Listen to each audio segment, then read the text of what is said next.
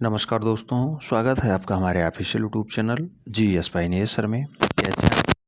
मैं उम्मीद करता हूँ स्वस्थ होंगे, मस्त होंगे, अपनी तैयारी में व्यस्त होंगे।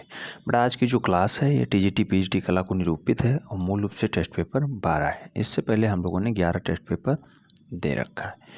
बहुत ही महत्वपूर्ण क्वेश्चनों का सीरीज है बेटा। यहाँ पे 20 क्वेश्चन शामिल किए गए हैं और 20 के 20 प्रश्न आपके परीक्षा में आने की प्रबल संभावनाएं रखते हैं, इसीलिए इसे समाहित किया गया है। मैं उम्मीद करता हूँ आप लोग अपना स्वमूल्यांकन कर रहे होंगे, ऊपर टेस्ट पेपर 12 डालते होंगे और ऊपर टेस्ट पेपर 12 डालने के बाद इस साइड में आप अपना प्रश्न लिखते होंगे, इस साइड में अपना उत्तर लिखते होंगे। इस टाइप में मेरा वाला बताया गया उत्तर लिख रहे होंगे, मैं ऐसी उम्मीद रखता हूँ। लास्ट में अपना मूल्यांकन करते होंगे कि हमारे द्वारा बताया गया आंसर, जैसे पहले क्वेश्चंस का A है, B है, C है, ये आपका अकॉर्डिंग है और ये मेरे अकॉर्डिंग है, A है, C है, C है। लास्ट में अपना जो है मूल्यांकन करना कि इसका कितना क्वेश्चन सही जा रहा है। जब इस टाइप से मूल्यांकन करेंगे तो बहुत जो है अच्छा रिस्पांस मिलेगा और मूल रूप से जो है आपकी रियल वैल्यू पता चल जाएगी, ये रियल वैल्यू है क्या। तो स्वमूल्यांकन बहुत ज़रूरी है बेटा, बहुत अच्छी विधा मानी जाती। आइए देखते हैं हम लोग ये टेस्ट पेपर 12 को और कितने क्वेश्चंस आपके सही हैं, कमेंट के माध्यम से जरूर छाप दीजिएगा। प्रश्न संख्या पहला कह रहा है, भारतीय चित्रकला के प्राचीन केंद्र कहाँ हैं? बेटा गुजरात, दिल्ली, महाराष्ट्र या फिर जयपुर। तो भारतीय चित्रकला के जो प्राचीन केंद्र हैं, पुराने केंद्र हैं, वो कहाँ दिखाई देते हैं? ज़्यादातर जो है महाराष्ट्र में दिखाई देते हैं। चाहे आप जानते होंगे प्राचीन केंद्रों में एलिफेंटा गुफा आती है, वो भी धारापुरी में जाती है। एलोरा गुफा है, वो भी जो है महाराष्ट्र में है। अजंता गुफा है, वो भी मूल रूप से महाराष्ट्र में है। अजंता में गुफाओं की संख्या बहुत बार पूछी गई है। अजंता में 30 गुफाएँ पाई जाती हैं, एलोरा में 34 गुफाएँ पाई जाती हैं, याद रखना है। और एलिफेंटा गुफा कहाँ पे स्थित है, ये बहुत बार पूछा गया है, किस टापू पे स्थित है? तो धारापुरी टापू पे स्थित है। तो इतना नाम आपको याद रखना है क्वेश्चन नंबर 1 से। प्रश्न संख्या 2 की तरफ बढ़ते हैं। पूछा गया है, सिगरिया गुफाओं में कुल स्त्रियों की कितने चित्र अंकित किए गए हैं? 14 चित्र, 21 चित्र, 22 चित्र या फिर 7 चित्र। तो आप जानते हैं 4 + 17 का यहाँ रेशियो चलता है, 17 4 21 होता है। 2 गुफाओं में मिला करके A और B में जो है 21 चित्रण का बात किया गया है। तो राइट आंसर जो है C के साथ जाएगा, 21 चित्रण। प्रश्न संख्या 3 की तरफ बढ़ते हैं। पूछ लिया गया, तैयब मेहता का प्रसिद्ध चित्र कौन सा है? कल हमने इसीलिए इसे पढ़ाया था बेटा, तैयब मेहता पढ़ाया था ना, शायद हमने पढ़ाया है कल। तैयब मेहता का प्रसिद्ध चित्र कौन सा है? दुर्गा, काली, सरस्वती, रेवती। बड़ा तैयब मेहता फेमस चित्र है, बम्बई और दिल्ली में उन्होंने बहुत अच्छे से काम किया है। काली इनकी बहुत फेमस जो है चित्र रचना है, काली। तैयब मेहता की अच्छी रचना कौन सी है? काली, याद रखना है, डाटा इंपॉर्टेंट है। प्रश्न संख्या 4 की तरफ बढ़ते हैं। कहा गया है, उड़ीसा में सूर्य मंदिर किस शहर में है? उड़ीसा का सूर्य मंदिर किस शहर में है? पुरी, कटक, भुवनेश्वर या फिर कोणार्क। तो उड़ीसा में जो सूर्य मंदिर है वो मूल रूप से कहाँ पे स्थित है? भुवनेश्वर से 65 किलोमीटर दूर स्थित है बेटा, भुवनेश्वर से 65 किलोमीटर दूर। तो उड़ीसा का जो सूर्य मंदिर है कहाँ पे है? भुवनेश्वर से 65 किलोमीटर दूर कोणार्क में स्थित है। तो राइट आंसर कोणार्क बनेगा, ना कि भुवनेश्वर, याद रखना है। भुवनेश्वर से 65 किलोमीटर दूर कोणार्क शहर पड़ता है, कोणार्क में ही उड़ीसा का सूर्य मंदिर है। ठीक है, तो राइट आंसर जो है D के साथ बन रहा है। प्रश्न संख्या 5 की बात करते हैं। चाक का महत्वपूर्ण आविष्कार हुआ है। चाक, चाक बेटा वो बर्तन बनाने वाला चाक है, कुम्हार के यहाँ वाला। तो उसका महत्वपूर्ण जो है आविष्कार कब होता है? ताम्रपाषाण युग, मध्यपाषाण युग, नवपाषाण युग या फिर पुरापाषाण युग।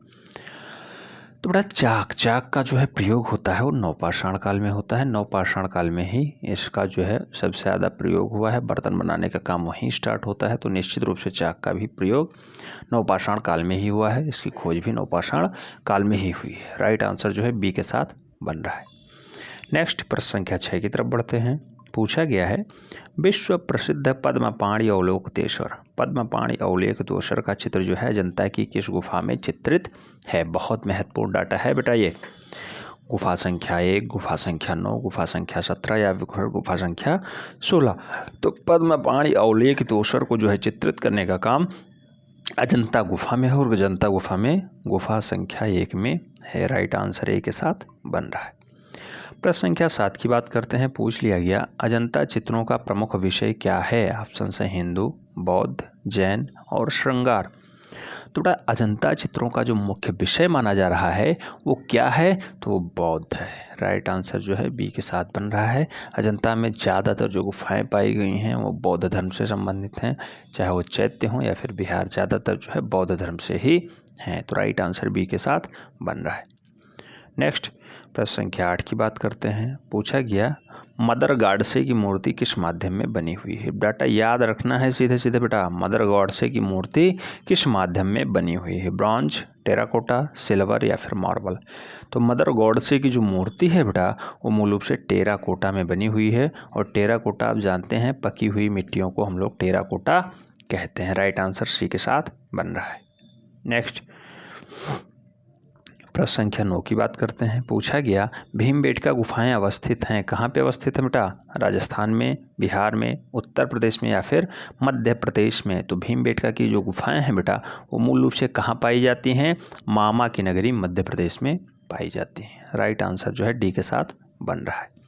नेक्स्ट प्रश्न संख्या 10 की बात करते हैं। पूछ लिया गया स्पेन की अल्टामीरा के समकक्ष कहाँ की शिला चित्रण है। तो स्पेन में एक अल्टामीरा गुफा है, वहाँ के समान कहाँ पे यहाँ चित्रण मिलता है। ऑप्शंस दिया गया है पंचमढ़ी, बेल्लारी, लखनिया, कालीखो। क्वेश्चन इतना इंपॉर्टेंट है बेटा, कम से कम 4 स्टार लगाइएगा इस पर।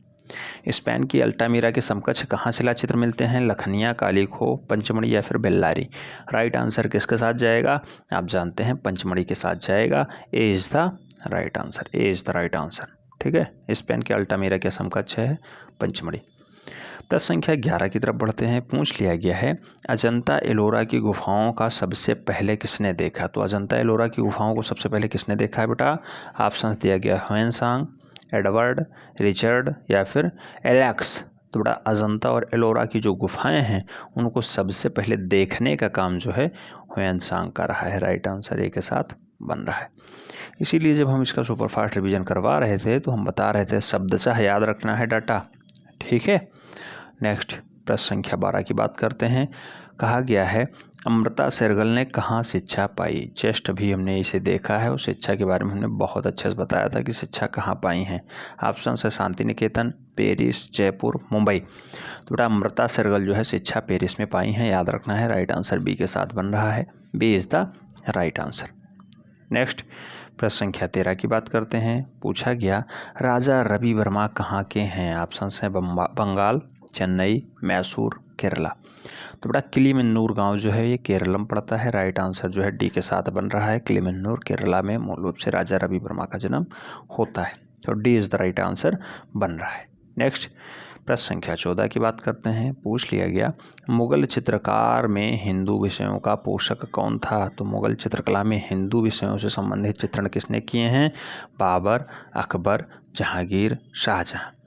तो मुगल चित्रकला में हिंदू विषयों से संबंधित खूब अच्छा चित्रण किसने किया है, अकबर ने किया है। राइट आंसर बी के साथ बन रहा है, Akbar is the right answer.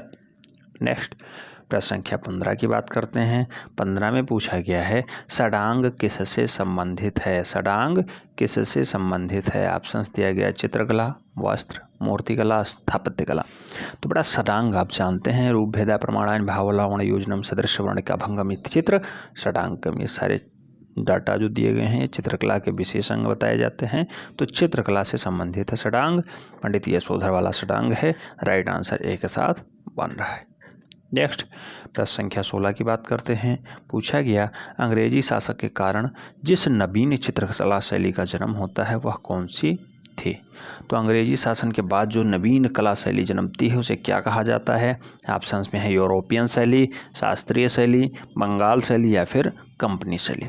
तो अंग्रेजी शासन के बाद जो जन्मती है वो शैली कंपनी शैली के नाम से कहलाती है और इसका जो है उपनाम पटना शैली भी है। तो राइट आंसर सी के साथ बन रहा है, कंपनी शैली या फिर पटना शैली is the right answer. Next प्रश्न संख्या 17 की बात करते हैं। 17 में पूछा गया राम किंकर का सबसे प्रसिद्ध कार्य कौन सा है। ऑप्शंस हैं न्यूड फ्रीडम, पहाड़ी परिवार, राजस्थानी परिवार या फिर संथाल परिवार। तो बेटा राम किंकर बैच का सबसे अच्छा कार्य जो माना जाता है वो संथाल परिवार माना जाता है। राइट आंसर सी के साथ बन रहा है। राम किंकर बैच संथाल परिवार के लिए बहुत फेमस है, बहुत प्रसिद्ध है। तो राइट आंसर सी के साथ बन रहा है। प्रश्न संख्या 18 की बात करते हैं। अजंता में गुफाओं की कुल संख्या कितनी है? तो अजंता में गुफाओं की कुल कितनी संख्याएं हैं बेटा? 20, 30, 27, 35। तो अजंता नाम आया अजंता, तो राइट आंसर 30 गुफा जाएगा। राइट आंसर 30 गुफा जाएगा। अजंता कहाँ पे है? महाराष्ट्र में है, औरंगाबाद में। ठीक है। नेक्स्ट प्रश्न संख्या 19 की बात करते हैं। 19 में कहा गया है कल्पसूत्र ग्रंथों का चित्रण किस शैली में हुआ है? तो कल्पसूत्र ग्रंथों का चित्रण कहाँ पे हुआ बेटा?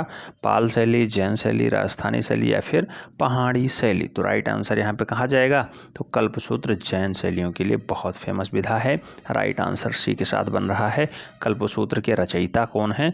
कमेंट बॉक्स में छापिएगा, क्योंकि भी कल हमने पढ़ाया है, कल या परसों पढ़ाया है, उसमें हमने बहुत अच्छे से बताया है। कल्पसूत्र, कालिकाचार्य कथा दोनों को हमने बहुत अच्छे से पढ़ाया है। कमेंट बॉक्स में छापना है आपको। ठीक है। कल्पसूत्र के रचयिता कौन है? लास्ट क्वेश्चन कह रहा है वर्ष 1630 में चित्रित रसिक प्रिया के चितैरे कौन है? रसिक प्रिया को चित्रित करने का काम किसका रहा है?